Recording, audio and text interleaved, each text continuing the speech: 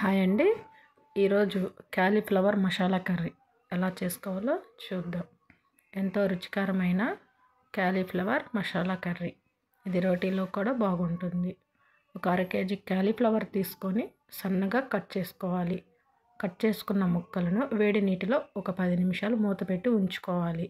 Gravy కోసం ఒక 5-6 టమోటాలను తీసుకోవాలి.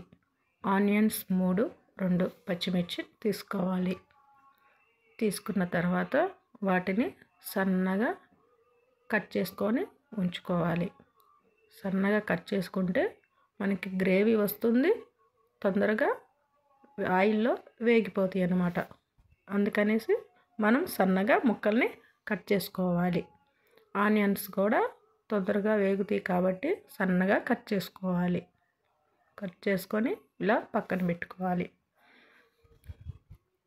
కర్రీ కోసం స్టవ్ ఆన్ చేసుకొని ప్యాన్ పెట్టుకోవాలి. పెట్టుకుని ఒక 5 నిమిషాలు వేడైన తర్వాత ఒక 100 గ్రాముల ఆయిల్ వేసుకోవాలి. ఆయిల్ కూడా వేడైన తర్వాత ముందుగా మనం కట్ చేసుకు పెట్టుకున్న ఆనియన్స్, 2 ఎండుమిర్చి, వెల్లుల్లి రెబ్బలు ఇలా దంచి ఆయిల్లో వేసుకోవాలి. మంచి సువాసన టేస్ట్ వస్తుందండి వెల్లుల్లి వేసుకుంటే. అలాగే పోపు దినుసులు 2 కరివేపాకు రెబ్బలు వేసుకోవాలి. పోపు మాడిపోకుండా ఇలా తిప్పుతూ ఉండాలి. పోపు వేగిన తర్వాత ముందుగా మనం కట్ చేసుకున్న పచ్చిమిర్చి, టమోటా ముక్కల్ని వేసుకోవాలి.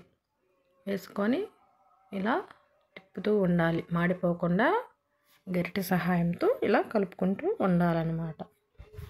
దానిలో చిటికెడు పసుపు వేసుకోవాలి. ఆయిల్ వేగితే అది వాసన అనేది పచ్చి వాసన అనేది పోయిద్ది అనమాట. అందుకని ఒక 5 నిమిషాలు పసుపు వేసుకున్న తర్వాత గంటె కారం వేసుకోవాలి. ఇవన్నీ ముందుగా ఆయిల్లో వేగితేనే పచ్చి వాసన అనేవి పోతాయి కాబట్టి మనం ముందుగా ఆయిల్లో కొంచెం వేయించుకోవాలి. టమాటా ముక్కలతో పాటు అవి కూడా ఉడికిపోతాయి అన్నమాట. అందుకని ముందుగా వేసుకున్నాం. తగినంత సాల్ట్ కూడా వేసుకోవాలి. వేసుకున్న తర్వాత ముందుగా మనం రెడీ చేసుకున్న క్యాలీఫ్లవర్ ముక్కలు ఉన్నాయి కదండి, వేడి నీటిలో ముందుగానే మనం రెడీ చేసి పెట్టుకున్నాం. అవి తీసి ఈ పోపులో వేసుకోవాలి. ఇలా వేసుకొని కలుపుకోవాలి. కొత్తిమీర ముక్కలు కట్ చేసుకొని వేసుకొని ఇలా ముక్కల్ని టమాటా ముక్కలు గ్రేవీ మొత్తం కలిసేలాగా ఇలా కలుపుకోవాలి. స్టవ్ కొంచెం లో ఫ్లేమ్లో పెట్టుకొని కలుపుకోవాలి. మాడిపోకుండా కలుపుకుంటూ ఉండాలి. ముందుగా మనమే ఉప్పు, కారం, పసుపు వేసాం కదండి, అవి ముక్కలకి బాగా పట్టేలాగా కలుపుకోవాలి. కలుపుకున్న తర్వాత ఒక 10 నిమిషాలు మూత పెట్టుకొని మూతలు ఉడికిపోతాయి అన్నమాట. కొంచెం ముక్క ఉడకటం కోసం ఒక గ్లాస్ వాటర్ వేసుకోవాలి. ఆ వాటర్తోనే ఆ ముక్కలు ఉడికిపోతాయి అన్నమాట. మళ్ళీ కలుపుకున్న తర్వాత ఒక 5 నిమిషాలు మూత పెట్టేసి చూడండి ఇలా వచ్చేసినాయి కదా, ముక్కలు కూడా మెత్తగా ఉడికినాయి అన్నమాట.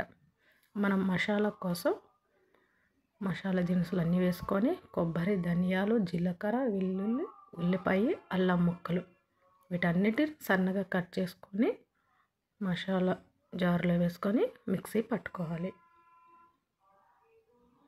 మిక్సీ వేసుకొని ఇట్లా మెత్తగా వేసుకోవాలి. ఆ గ్రేవీ మసాలాని ఆ గ్రేవీలో వేసుకోవాలి. ఇలా స్పూన్తో తీసుకొని వేసుకున్న తర్వాత ఆ ముక్కలకు ఆ మసాలా పట్టేలాగా కలుపుకోవాలి. అలా కలుపుకుంటూ ఉండాలి. ఆ మసాలా పచ్చివాసన కూడా పోయేలాగా ఒక 10 నిమిషాలు అలా కలుపుకొని స్టవ్ లో ఫ్లేమ్లోనే పెట్టుకోవాలండి, ఎందుకంటే మసాలా మాడిపోతుంది కాబట్టి. ఇలా కలుపుకున్న తర్వాత కొత్తిమీరని యాడ్ చేసుకోవాలి. చూడండి మన కర్రీ రెడీ అయిందండి. ఇలా దగ్గరికి వచ్చేయాలన్నమాట. వాటర్ అంతా మనం పోసిన వాటర్ అంతా ముక్కలకి బాగా పట్టేసి ఉడికిపోతాయి అన్నమాట. సర్వింగ్ బౌల్లో తీసుకొని సర్వ్ చేసుకుంటే బాగుంటుంది. చపాతీల్లో కానీ రైస్లో కానీ సూపర్ టేస్టీగా ఉంటుందండి. Masala cauliflower curry.